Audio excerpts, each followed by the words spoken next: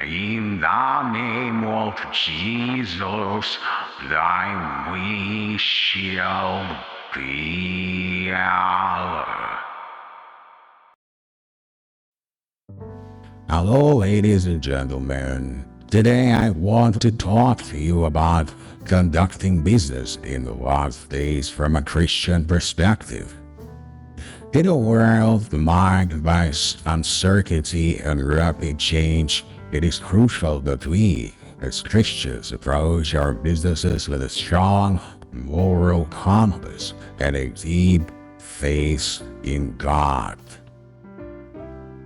Number one, seek God's guidance in all decisions. As business leaders, we must acknowledge our dependency on God.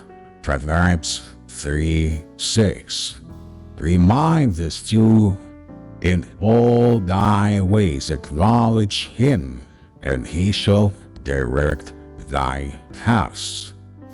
Seek his guidance in every decision, both big and small. Pray for wisdom, discernment, and the strength to make choices that align with his will. Number two, integrity above all. In a world filled with corruption, our businesses should stand out as beacons of integrity.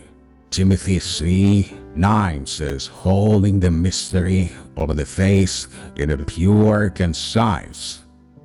In our dealings with customers, employees, and partners, let us be known for our honesty and unwavering commitment to ethical conduct. Number three, caring for your employees. The last days may bring about challenging times, but it's our duty to care for our employees, treating them with respect and compassion.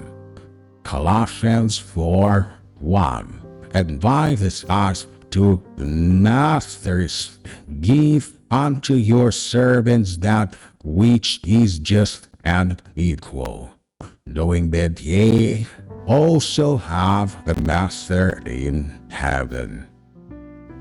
As leaders, we have a responsibility to provide for the well-being of those who depend on us. Number four, stewardship of the resources. In a world facing environmental changes, it is vital to recognize that all resources ultimately belong to God. Psalm 24:1 tells us the earth is the Lord's and the fullness thereof, the world and they that dwell therein.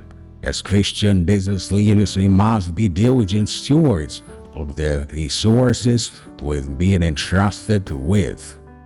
Implement sustainable practices and be conscious of your impact on God's creation. Number five, loving your neighbor. As we conduct business, let us love our neighbors as ourselves. In Mark 12:31, there is a statement, thou shalt love thy neighbor as thyself. There is none other commandment greater than these. This means treating your customers, competitors, and everyone you interact with as people created in the image of God. Show kindness, generosity, and empathy in all your dealings. Number six, embrace innovation and change. In the last days, we will face economic and technological challenges. Embrace innovation, adapt to change, and be ready to pivot when necessary.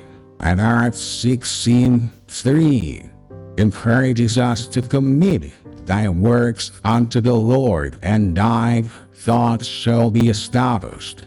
Trust that God will guide you through the uncertainties of the business world. Number seven, maintain a long-term perspective. As we navigate the lost days, it's easy to get caught up in short-term gains. However, as Christians, we're called to have an eternal perspective. Matthew 6:19 through 21 reminds us to lay not up for yourselves treasures upon earth, where moth and rust does corrupt, and where thieves break through and steal. But lay up for yourselves treasures in heaven, where neither moth nor rust does corrupt, and where thieves do not break through nor steal. For where your treasure is, where will your heart be also? Ensure that your business decisions reflect an underlying understanding of the eternal impact they may have. Ladies and gentlemen, brothers and sisters, conducting business during the last days as a Christian involves seeking God's guidance, upholding integrity, caring for your employees, stewarding resources, loving your neighbor, embracing change, and maintaining an eternal perspective. By doing so, we can build lives in the business world reflecting God's love and grace even in these challenging times. Let us always remember the words of Proverbs 22:1. A good name is rather to be chosen than the great riches, and loving favor rather than silver and gold. May our businesses bear the name of Christ and be a testimony to His love and righteousness in the last days. Thank you, and may God bless your business and endeavors. In the name of the Father, and the Son, and the Holy Spirit, now and ever, and unto ages of ages. Amen.